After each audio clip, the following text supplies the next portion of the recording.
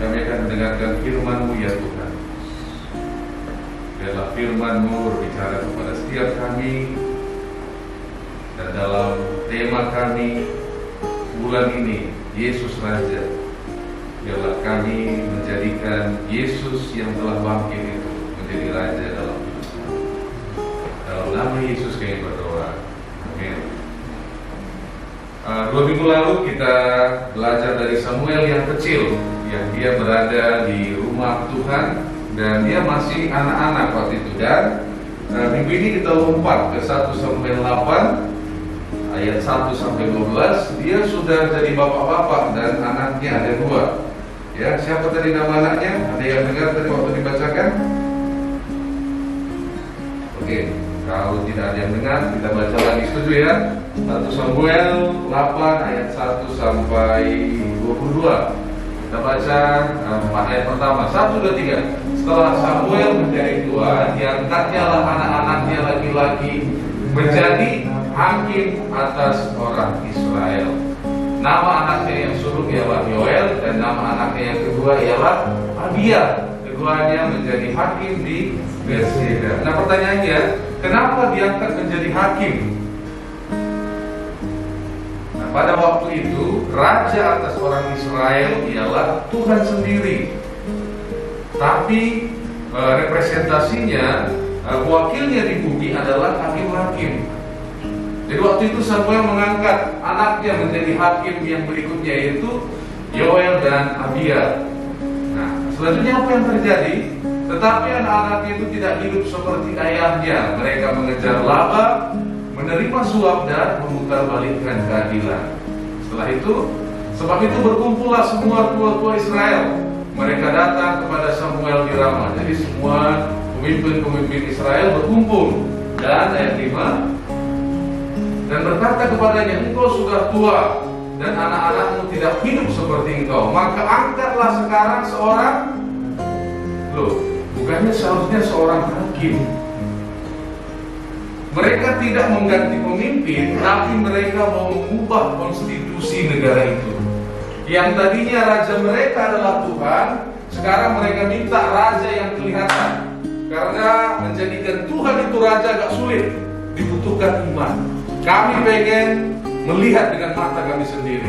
Gitu kira-kira. Jadi diubah konstitusi, undang-undang 1945 diubah. Wah, ini bisa demo kan?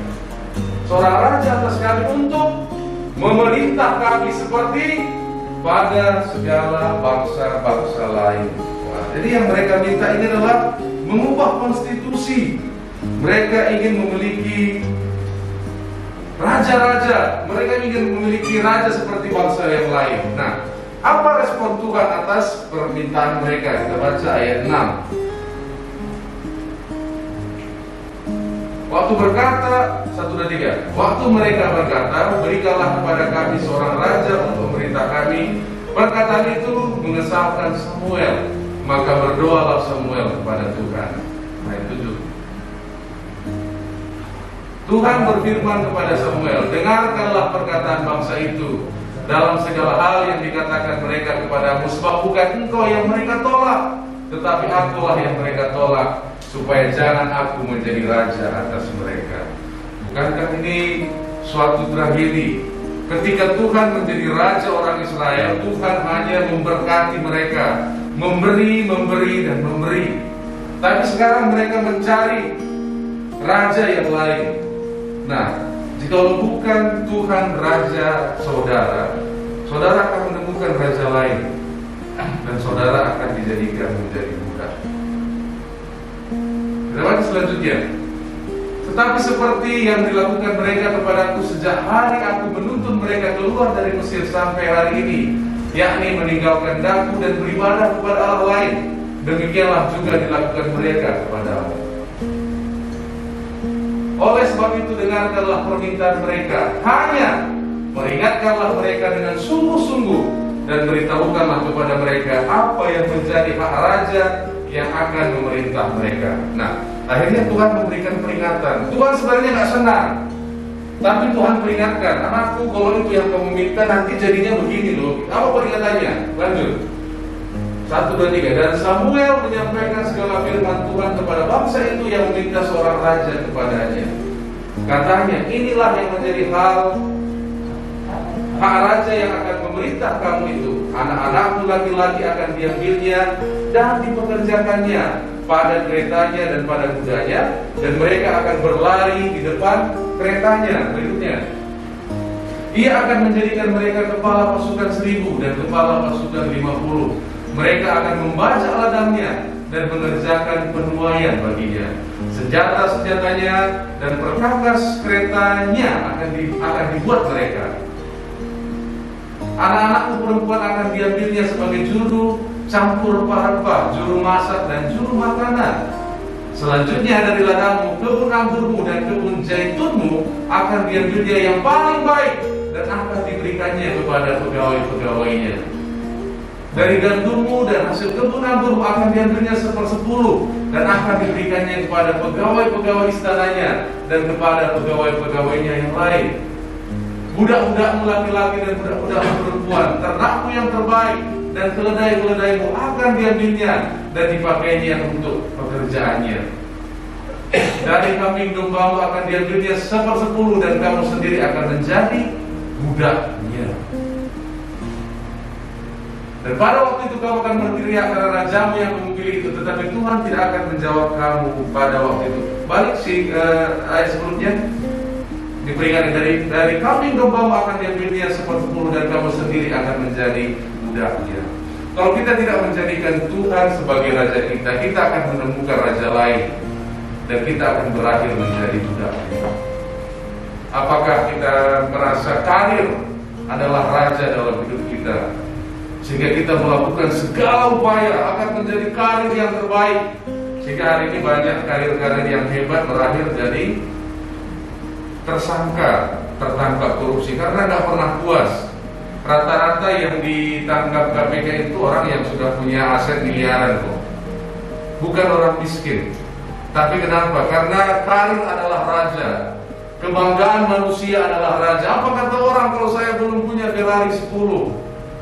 Itu adalah rajanya, sehingga tidak pernah puas. Jangan bilang yang ditangkap KPK orang miskin. Orang yang pintar, punya pendidikan dan juga punya kekayaan, berakhir di penjara.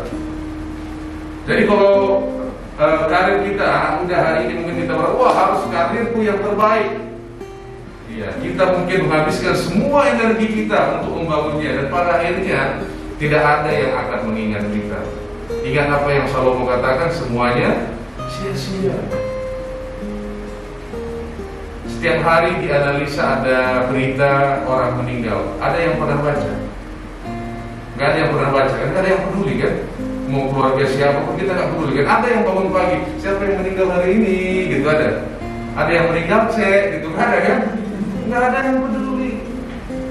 Dan saudara tahu di pesta orang Kala atau orang Batak, orang Kala itu lucu. Jadi dia datang ke pesta yang meninggal gitu kan, bisa tiba-tiba menangis kan? Oh ya, habis itu kan, jam berapa tadi datang? Macet di sana gitu kan? Bisa tiba-tiba berubah. Setelah itu dia pulang ke rumah kan. Setelah dari situ dia nonton Ikatan Cinta kan? Sebenarnya nggak ada yang peduli.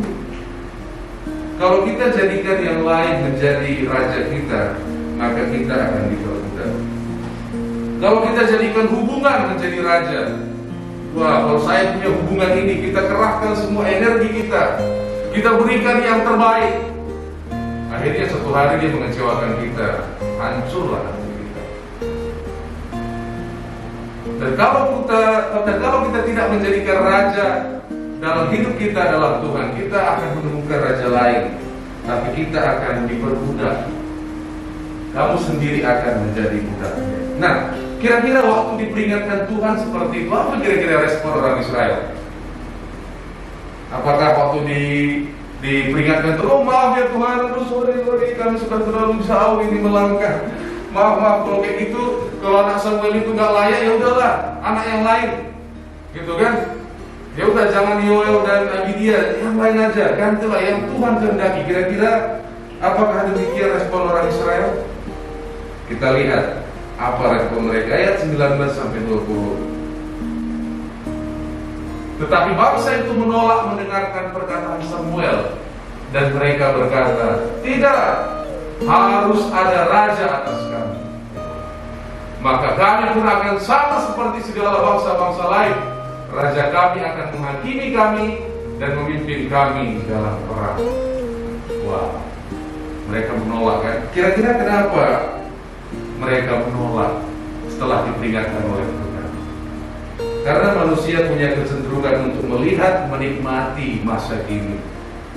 Kalau bisa sekarang, kenapa nanti? Saya pengen sekarang, gitu ya. Nah, itu makanya kenapa kalau ada KKR dulu itu ramai sekali, karena solusinya praktis. Tinggal angkat tangan, berdoa, sembuh, diberkati, gitu kan, selesai. Tapi bangun hubungan dengan Tuhan, baca firman itu sulit, karena kita suka yang praktis dan tidak peduli sengeri apapun gambar peringatan di rokok itu kan, penyakit. Rokok masih laku nggak? Masih. Orang terkaya di Indonesia masih karena jualan rokok. Gak hanya di Indonesia, di Asia Tenggara dia juga diperhitungkan. Apakah orang peduli? Tidak peduli. Diperingatkan juga tidak berpeduli. Nah, anak saya kalau dibilang tidur siang ya gitu kan, jangan lagi main-main gitu kan. Begitu pintu ditutup, saya masih dengar itu suara mereka langsung ketawa. Begitu. Begitu bangun pintu tutup, gitu pura-pura. Nah, kadang-kadang kita juga gitu kan. Diperingatkan demikian kan, wah nanti aja lah, lakukan aja, gas saja. Nah, sekalipun peringatan diberikan kepada Israel, mereka masih menginginkan seorang raja. Karena apa? Karena untuk melihat yang tidak kelihatan itu kan sulit kan. Kita berdoa kepada Tuhan, jadilah kehendak-Mu, itu sulit. Sehingga orang lebih percaya kepada orang pintar. Makanya sekarang juga orang percaya juga masih nanya, ada nggak ini ya pendeta yang bisa dengar, yang bisa tahu bahwa saya, wah itu pasti udah kayak dukun gitu. Kira-kira Tuhan bilang apa? Padahal kita dikasih semuanya Roh Kudus kan, bisa tanya sendiri. Tapi kalau bisa lebih gampang, kenapa tidak? Gitu. Luar biasanya apa respon Tuhan? Samuel mendengar segala perkataan bangsa itu dan menyampaikan kepada Tuhan. Ayat 22. Tuhan berfirman kepada Samuel, dengarkanlah permintaan mereka dan angkatlah seorang raja bagi mereka. Kemudian berkatalah Samuel kepada orang-orang Israel itu, pergilah masing-masing ke kotanya. Nah, Tuhan ini tidak menjadikan kita robot, ya, gak dipaksa. Jadi kalau Tuhan juga tidak memaksa, kita juga gak boleh memaksa. Tuhan tidak memaksa kasihnya. Ya kan, ya udah, angkat sajalah. Dan C.S. Lewis berkata, pada hari ini akan ada dua kelompok orang. Orang yang berkata kepada Tuhan, jadilah kehendak-Mu, dan orang yang Tuhan berkata kepadanya, jadilah kehendak-Mu. Nah, yang manakah kita? Tuhan gak maksa, Tuhan gak menjadikan kita robot. Tapi masalahnya dalam setiap pilihan kita ada konsekuensinya, ada sebab akibatnya. Dan hari ini belum terlambat. Apa respon kita? Ketika kita diperingatkan, apa respon kita? Belum terlambat. Waktu orang Israel meminta seorang raja, wah, Tuhan sendiri yang tolak. Siapa yang membebaskan orang ini dari Mesir? Ya Tuhan sendiri kan. Setelah mereka merasa damai, wah ditolaknya lagi. Tapi Tuhan kasih, udah, kasih aja lah.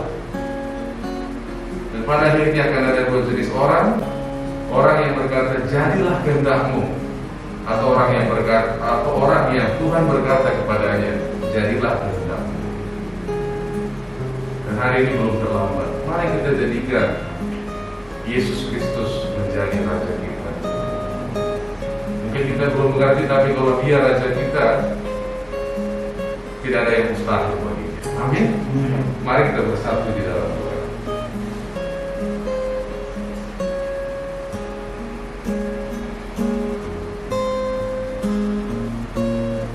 Dalam masa yang sulit ini ya Tuhan, dalam masa kami tidak melihat jalan, hari ini kami mau berbalik. Kami mau menjadikan Engkau Raja di dalam hidup kami.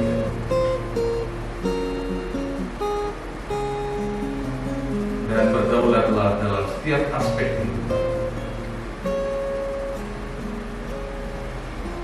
Sebab ketika ketika Engkau menjadi Raja kami, Engkau memberkati setiap kami, bahkan nyawamu Engkau berikan kepada setiap kami.